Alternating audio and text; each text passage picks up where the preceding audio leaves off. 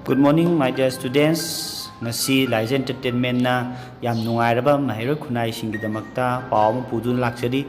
madudi matam sangna aikhoi COVID-19 pandemic na maram oire haraga school close tawra lerambado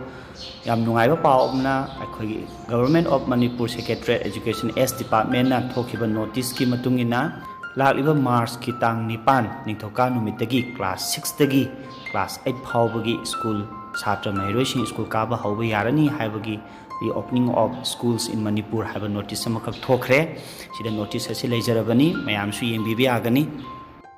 Hariba notice as a March Kitang Ahum 2021 da Topa notice ni Tobutubum Satra Mahiroshin Amasung Ozasing School na Yamna strictly a SOP Naktabi Yaroi Habagi Warol Amasu Tambiri. Notice as a Roman number 1 na Habadi 2021-22 की admission सुसु March की तांग कुन 2021 दगी हाउबा यारगनी हाइबगी अयाबा पिबिरे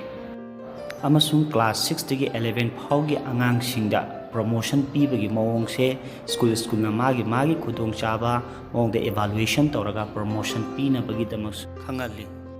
अमसुंग class 5 अमसुंग मागी मखागी class सिंगी दमक्तदी evaluation तौबे मवोंग से home assignment गुम्बा पीरे हरा तौबी गदबनी हाइबा अमसुंग चेरोल असिदा notice असिदा हाइरे मखाताना notice असिदा 2021-22 की अखोईगी academic session होबगी मतम बोसियंग अमसुंग कोसेम की से April की तांग मंगा 2021 दगी होगदबनी हाइबा अमसुंग notice असिदा खंगली Makhatabada class 10 amsung 12 ki examination mayam na khorang na ngai tuna leiriba examination asisu May ki ahan chayol haibati first week of May 2021 dagi horagani haina lepi tobutobu mahaki chap chapa schedule di hujik phawgi oina di pithoktri masiga loidana primary section ki thak ki haibati class nursery dagi class 5 phawgi mahiroi sing school khudimak ki staff sing na school soidana attend tawgadabani haibagi notice su makhatari